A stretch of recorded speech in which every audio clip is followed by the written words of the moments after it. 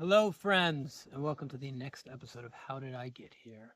The series where I talk about my last 5 years of my life. So let's get into the hike that ended my journey, temporarily anyway. So I'm in Utah, and I just got through a brutal hike that almost killed me. And now I'm going to go do another one. And this one wasn't supposed to be bad. It was not supposed to be bad. Luckily, there's a Dollar General in this town I'm at right now, and I was able to pick up a pair of boots, so I'm not going to be walking in snow in tennis shoes.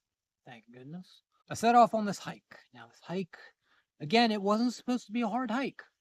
It was not supposed to be a bad hike. But because of my stupidity, I made it into a very bad hike. I started walking on this hike, and there's no service, phone service or anything.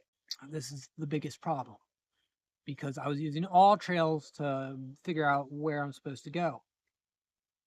I couldn't get to all trails. For those of you who don't know, it's an app on your phone. This ain't gonna be too bad. Like, it'll be fine. I can figure it out. And eventually I get to a point where there's a map.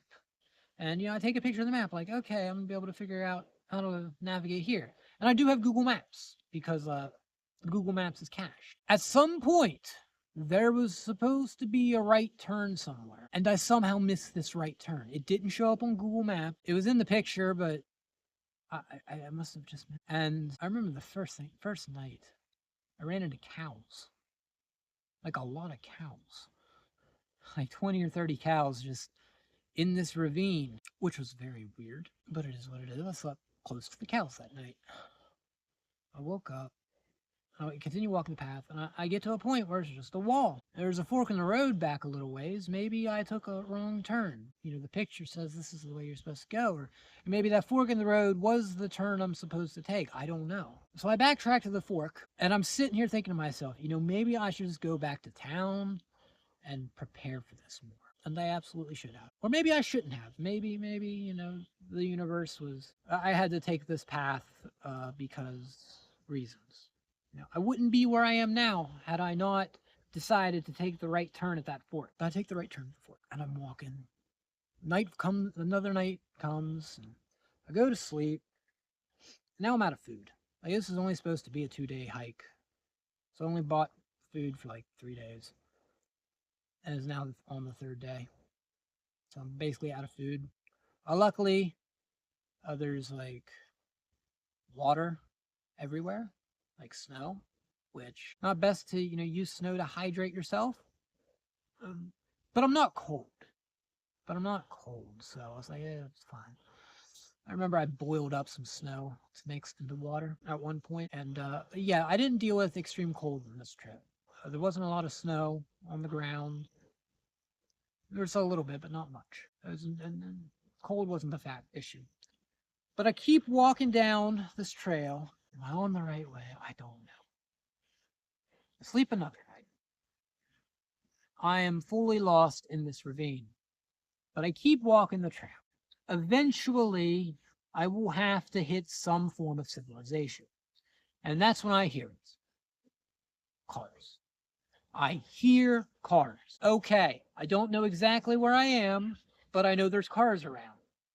I'm just going to go to the cars. I'm going to follow the sound of the cars, and it's going to lead me to a highway. I'm going to get on the highway, and then I'm just going to walk the highway to the next town. Okay, solid plan. I'm good.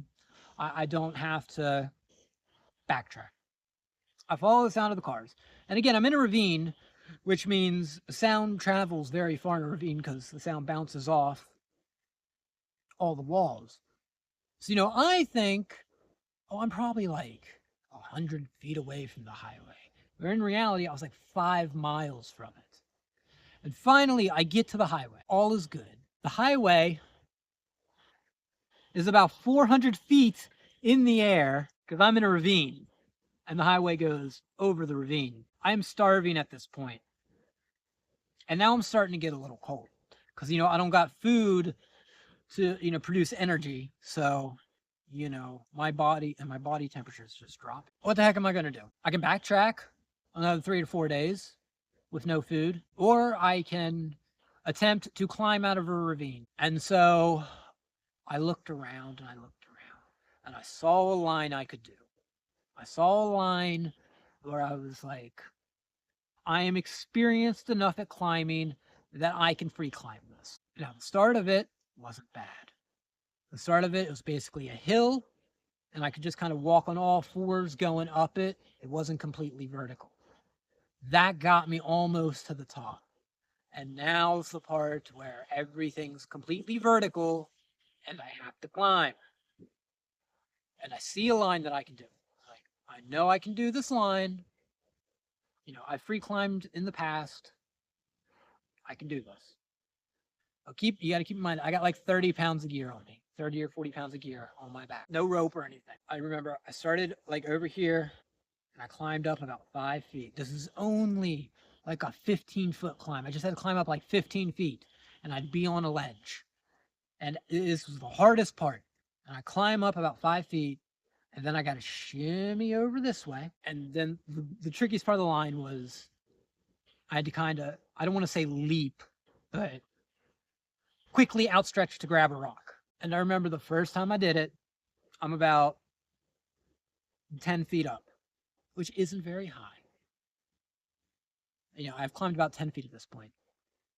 And I go to grab that rock to hold on to, and I did grab it, but my foot slipped out from under me, and I fell off a cliff. Now, I got lucky that there was like an overhang right there, and I hit that overhang. I landed right on my wrist. Like, my wrist was like, you know, when I went up to grab it, I fell down like this, and it was my right wrist. And, you know, I instinctively, I kind of tucked in like this and I tried to put my shoulder first because, you know, I want to protect my head. And when I hit my shoulder, and then my wrist went into my rib cage and my ankle hit something. I think there was like a rock protruding, but my ankle was screwed up. And I hit the ground, and I remember I start to roll like that just from like the impact. And, you know, when you fall, you want to try and tuck and roll a little bit. That takes off a lot of the impact. And when I did that, I was about this far away from the overhang. Like, I was on my back at this point, and I could just, like that, and my head's off the entire cliff, which is like a 300-foot drop. And I remember I'm just laying there, and my wrist is throbbing. Like, it's just not broken. I remember saying to myself, how the heck am I supposed to climb out of here with a broken wrist?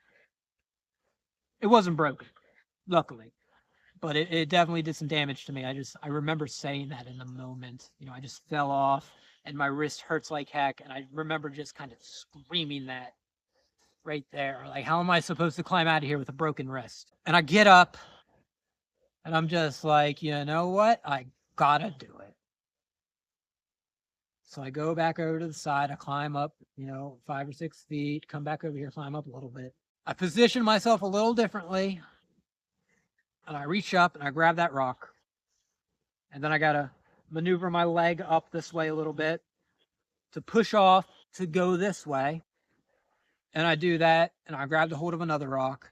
And I was able to pull myself up, and I'm up off the hardest part. And from there, I had to free climb like 2 more times, but they were both only like 7-foot tall verticals, and they were not tricky. They were very simple for me to do. I get up. Finally, I am out of the ravine. I remember taking a snapshot of, oh, my phone died. I remember I got out of the ravine, and I pull my phone out, and it dies right there. Just dies. It was only on like 1%, and it's dead, and it's starting to get a little dark at this point. And I'm just like, oh my goodness, this is ridiculous. And now I'm out of the ravine, and I'm in like 2 feet of snow. But the highway's just there, and it's an interstate. So I walk over to the highway. It was like a barbed wire fence. I jumped over that fence. I start just walking down the highway. Nightfall comes. I don't care. I am walking until I hit the next town. And I remember every car that passed me. You know, my ankle's killing me. I feel like my wrist is sprained, and now the cold is really starting to set in. And I'm sitting there, I'm walking like this, and every car that passes me, I'm saying to myself, please call the police. There is a man frozen walking down the interstate. Please call the police. I was too proud to flag anybody down. But I'm sitting there like, just somebody has to call the police. There's no way someone doesn't call the police in this situation. An hour later, a police officer shows up. He's got his lights on. He comes running out of that car. Everything okay? No, sir. I just fell off a cliff. Do you need to go to the hospital? No, sir. Please take me to a town. Just any town. I need food. Okay? And I get in the back of his police cruiser. He doesn't even check me for any weapons or anything. He just, yep, you'll get in the back of this car. I will take you to the next town. He takes me to the next town.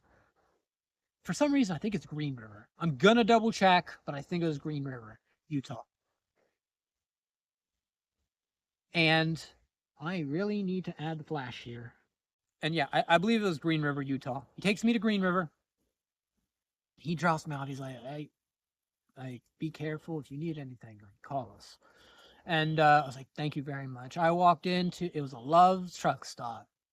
I got like 3 cheeseburgers. And some water or soda or something. And I found a spot up on a hill. I didn't care. People could probably see me, but I didn't care. I was just so over it. And I'm laying down. Context is important here. I was adopted when I was like 3 years old by my grandparents, and my grandparents are who I consider to be my mother and father. Right? They are who raised me. So if you ever hear me say my mother or my father, that's who I'm talking about. But I also have a biological mother. And, me and her, we haven't talked a lot throughout our lives. A lot of that's on me, but that's not important at this moment. But I remember I'm laying just on this little hill off the interstate. I've already scarfed down my food. And I just text her and I'm like, Christine, sorry I haven't, talked in a while. I need a place to crash. Sure. Like, it's free for you anytime you want. Okay. I'm right outside Colorado. I will get a bus ticket. I don't know when I'll be there, but probably within 2 weeks. No problem. I wake up the next morning. I buy a bus ticket. Unfortunately, the only place for me to get on a bus is in Colorado. So now I'm about 70 miles outside Colorado to the place I got to be on to get a bus. My ankle's screwed. My wrist is screwed. I just started walking. Every freaking step hurt. And I just kept walking. Eventually, I made it to Colorado. I ditched my sleeping pad that had been with me since like Mississippi. I ditched some other stuff. Colorado's where I got rid of my laptop. No, it wasn't. It was Nevada. I didn't mention that in the last video. In Nevada, I saw another guy who was homeless and gave him my laptop. So I get to Colorado. I get on a bus. It was Greyhound. I don't remember. I think it might have been Greyhound. I took that bus to Cincinnati, got off. Then I took that to Baltimore, Maryland. And then the bus I was supposed to get on at Baltimore to take me to Cumberland, Maryland, broke down. So I had to spend 24 hours in a Baltimore bus station and sleep in there. Finally, next day came. Got on a bus to Cumberland, Maryland. I think I got that bus went to like Allegheny College.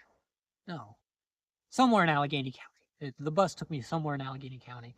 And from there, I got on a shuttle bus, which took me to the Cumberland, Maryland post office. From there, I walked like 3 miles, and I got to my biological mother's house, and she gave me a cot in the basement. And that's how the first stage of my journey ended. In the next video, we're going to talk about Cumberland, Maryland. I hate Cumberland, Maryland so much. That's the only place I'll say I absolutely hate. because I almost went down a very dark path in Cumberland, Maryland. A very, very dark path. Thank God I did not. But that's for the next video. I will see you then. It's getting dark, so next video is going to need to be filmed tomorrow. All right, everybody. Thank you all for the support. I'm glad I finally got around to making this video. I cannot do justice what I went through. I wish I could just go back to that spot to like show everybody, what I did, like everything. I don't even have words. But it is what it is. I hope you all enjoyed. Story's not over yet, so stay tuned for tomorrow. I hope you all have a wonderful day. Thank you, Patreons. Peace out.